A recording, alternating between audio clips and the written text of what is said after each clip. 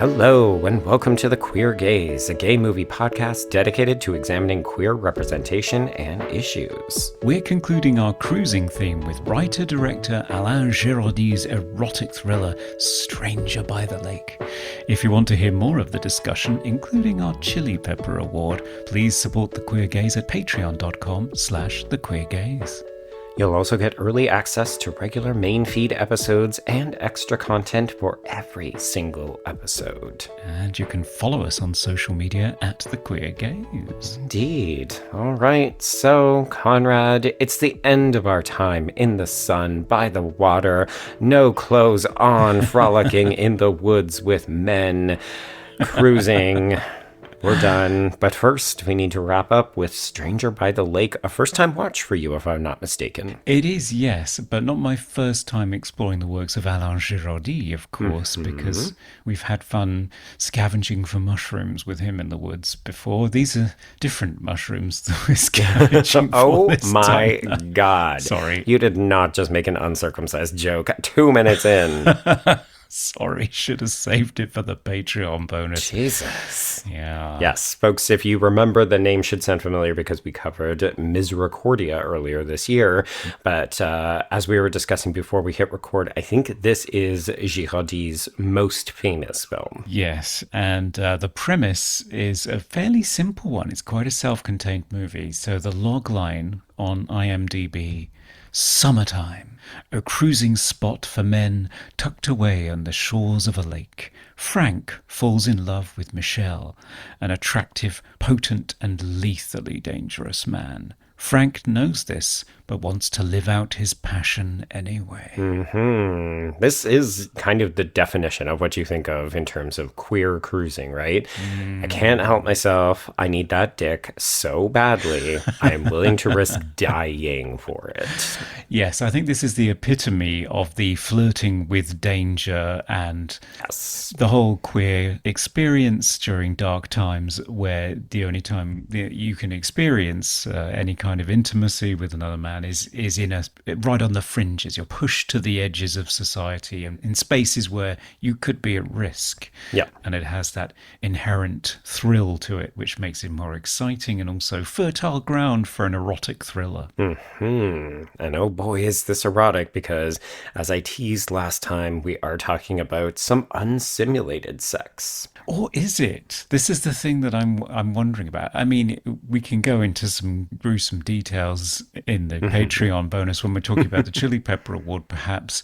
But I don't believe we actually see anything as explicit as penetration, for example. It could be that it is very, very carefully and artfully simulated. Okay, so technically it is unsimulated, but the way it is photographed is not so extreme as to confuse it with pornography. So we're not seeing, dick in and out or anything, but we are seeing people having sex, and purportedly certain measures of that sex is real. Oh, interesting. They tried it with fake stuff, and it apparently did not look convincing, and Guiraudie said, we can't do it this way. Oh, okay, fair enough.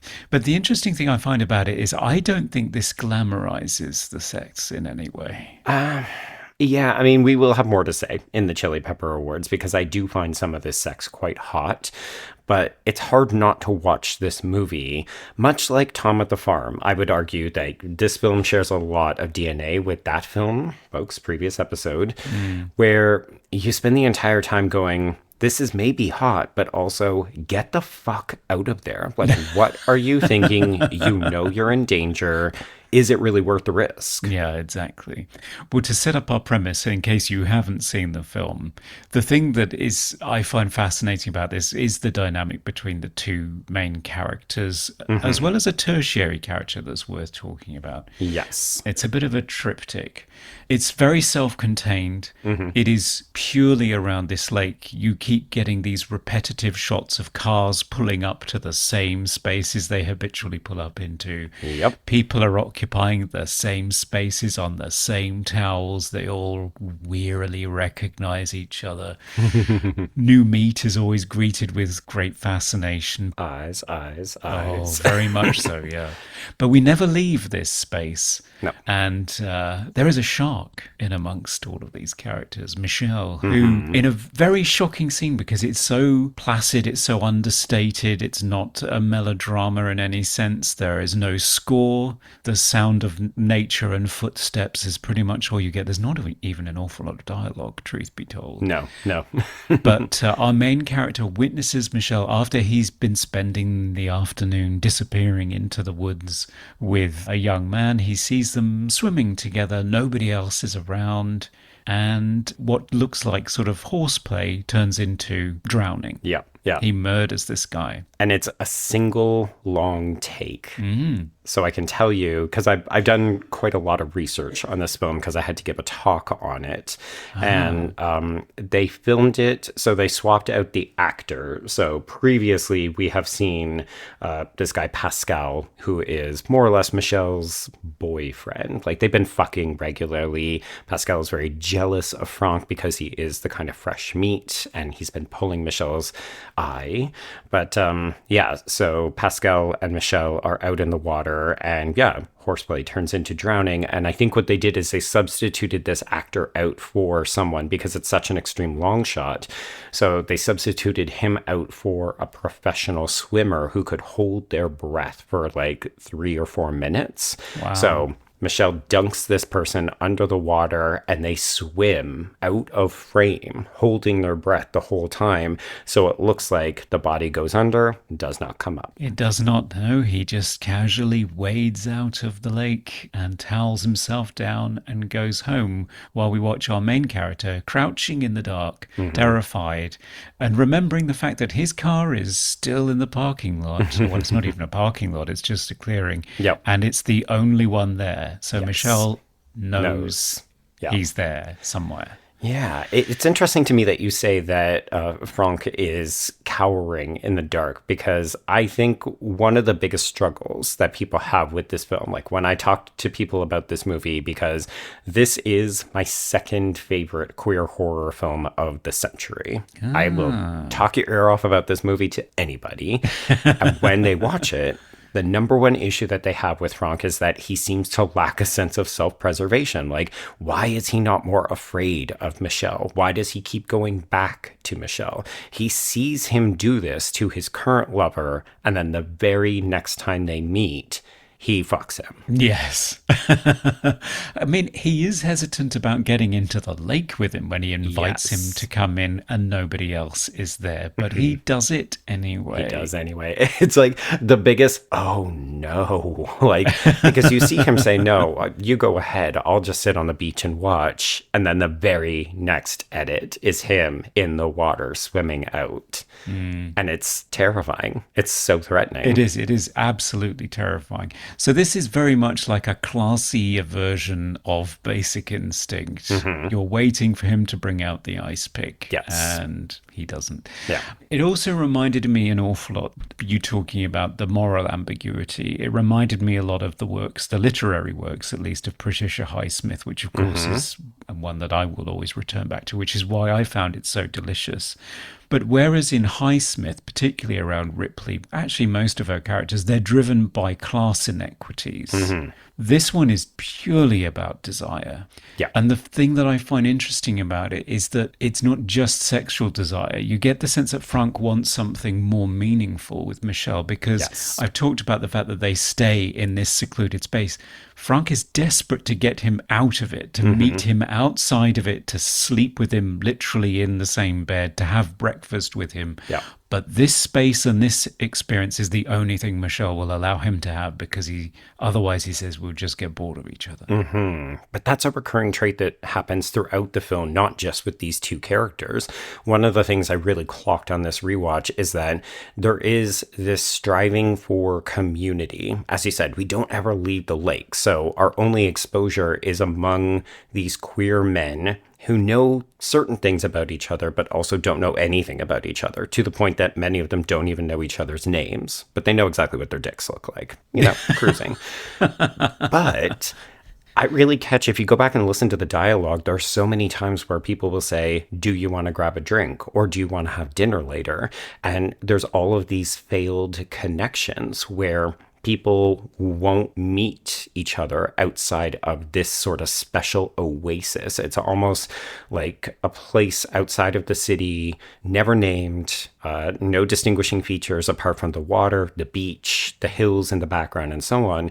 But like, yeah, there's something that almost lures people in, but then the connection is severed if you say, well, why don't we try to meet outside in the real world? And I love this idea that it's this utopia where, as you said, a shark has entered the water and makes it unsafe for these people. I think he does manage to go out with Henri, though, who is the third pillar in this triptych.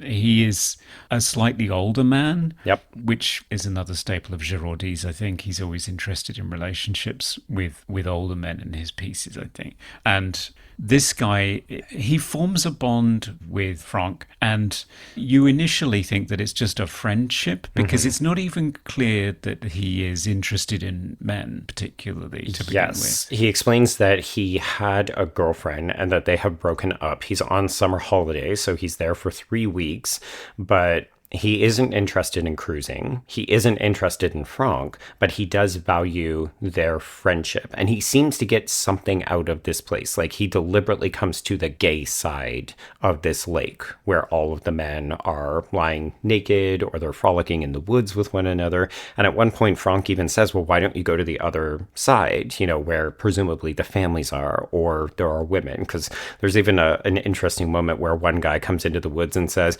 hey, where are all the hot sexy girls? And Franck just goes, you're in the wrong place. Yeah. But this guy tries to convince him, no, occasionally there are. There's the occasional woman wandering around here. We never see one. No, we never do.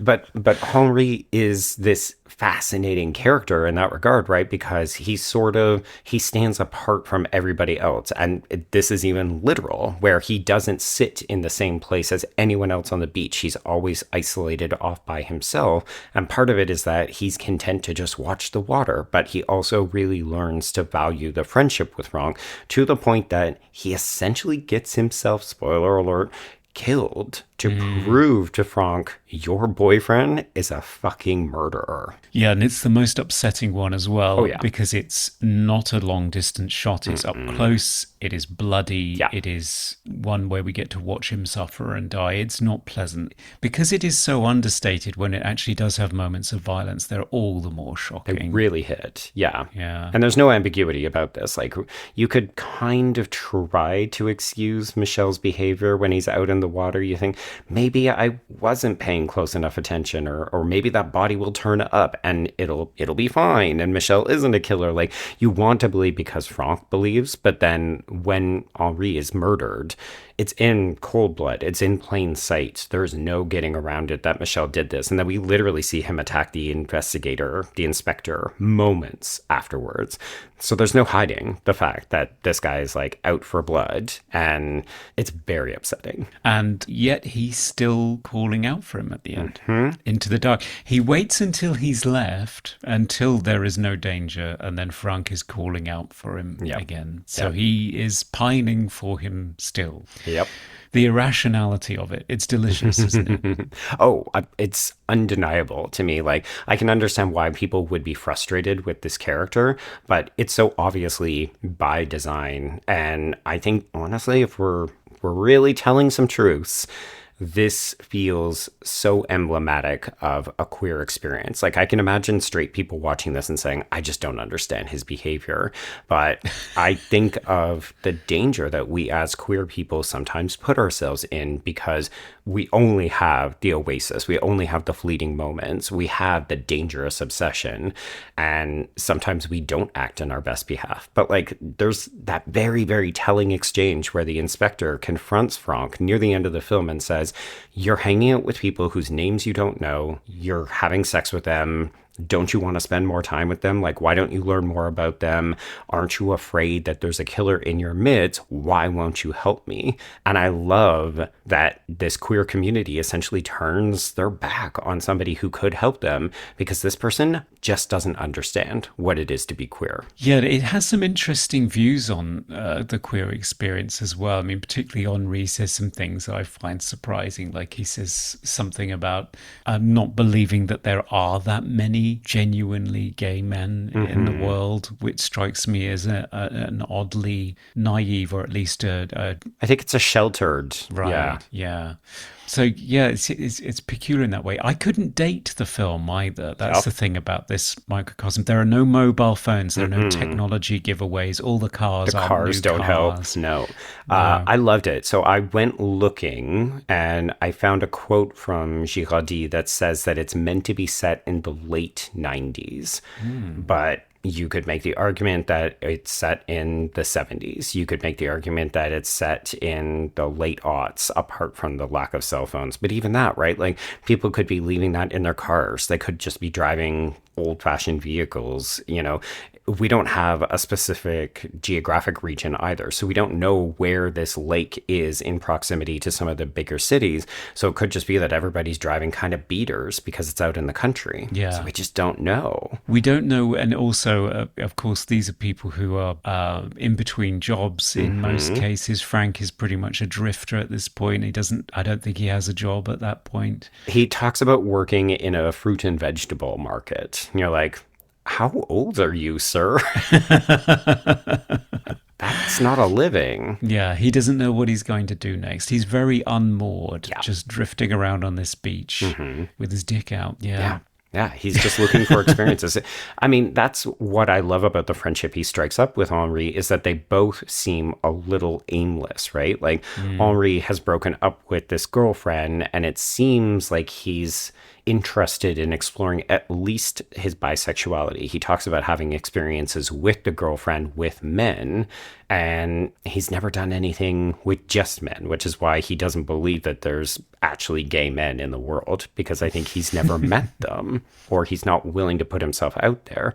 And then Franck, it's like, what are you doing, man? You're just coming out to this beach every day, desperate for your best Tom of Finland impersonator and riding that handlebar mustache. Okay, I guess it's a way to spend a summer. And it isn't a humorless film either. That's the thing that I enjoyed about it. And I mean, it's quite Hitchcockian in terms of its sense of humor. Yeah. It's very blackly comic. I particularly like the recurring gag of this character that just likes to watch other couples Perv, yes. whilst masturbating. Finally, Franck gives up and lets him give him a blowjob.